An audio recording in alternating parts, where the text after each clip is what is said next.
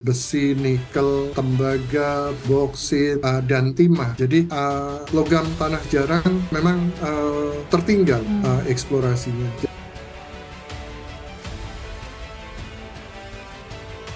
Memang tugas dari Badan Geologi, BRIN, serta geologis Indonesia memang perlu untuk memperdalam, untuk memperbanyak aktivitas di logam tanah jarang ini. Gak seperti nikel, harta karun super langka RI terabaikan. Memang kita mesti menambahkan terus, seperti daerah Kalimantan, tadi Bu Widi Ngulia sudah menyatakan dari sisa hasil pengolahan boksit. Rencana pemerintah menggenjot pemanfaatan mineral langka logam tanah jarang atau LTJ rupanya masih belum optimal. Hal tersebut dapat terlihat dari kegiatan eksplorasi yang belum didetailkan lebih lanjut. Wakil Ketua Ikatan Ahli Geologi Indonesia tahun lagi bidang mineral Yosep C.A. Swami Dharma mengungkapkan pihaknya selalu mendukung upaya pemerintah dalam menggalakkan hilirisasi di sektor pertambangan, namun demikian ia berharap agar LTJ di Indonesia dapat segera mendapatkan perhatian khusus. Memang kalau potensinya selama ini geologis di Indonesia fokusnya memang ke 5 mineral utama, yaitu besi, nikel, tembaga, boksit, dan timah, jadi logam tanah jarang memang tertinggal eksplorasinya, ungkap Joseph dalam acara Mini Zone CNBC Indonesia dikutip Jumat 13 September 2023. Oleh karena itu dia berharap agar pemerintah, baik Badan Geologi, Badan Riset dan Inovasi Nasional atau BRIN, dan Geologis Indonesia perlu memperdalam dan memperbanyak aktivitas terkait penggalian logam tanah jarang. Memang tugas dari Badan Geologi BRIN dan Geologis Indonesia perlu untuk memperdalam dan memperbanyak aktivitas di LTJ agar cadangan kita bertambah, ujarnya.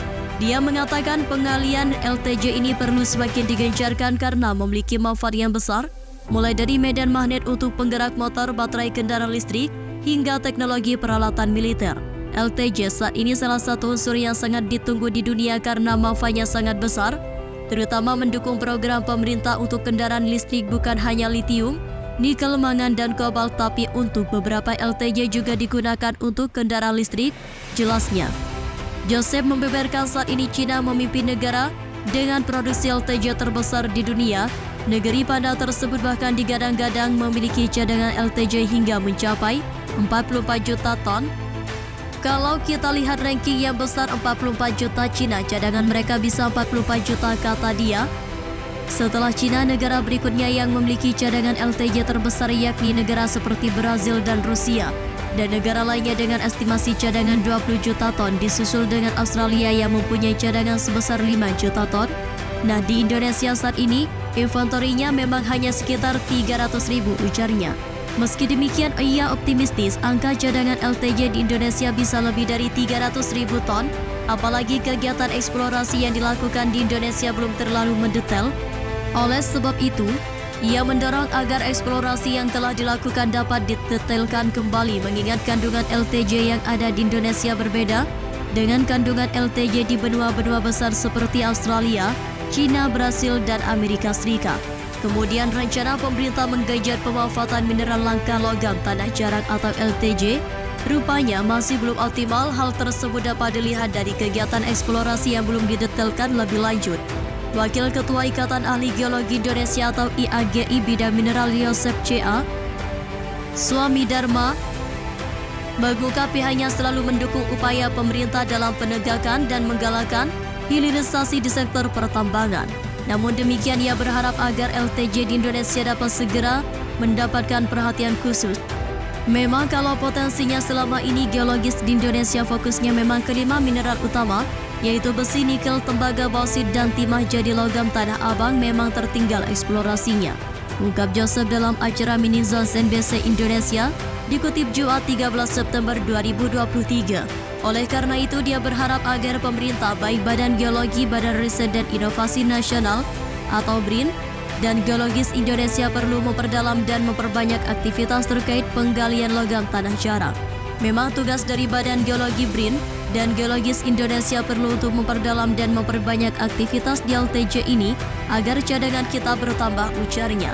Dia mengatakan panggilan LTJ itu merupakan semakin digencarkan karena memiliki manfaat yang besar, mulai dari medan magnet dan untuk penggerak motor, baterai kendaraan listrik hingga teknologi peralatan militer.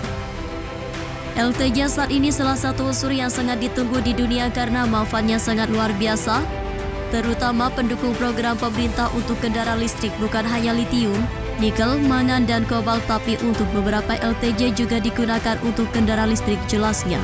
Yosef membeberkan saat ini China memimpin sebagian negara dengan produksi LTJ terbesar di dunia. Negeri panda tersebut bahkan digadang-gadang memiliki cadangan LTJ hingga mencapai 44 juta ton.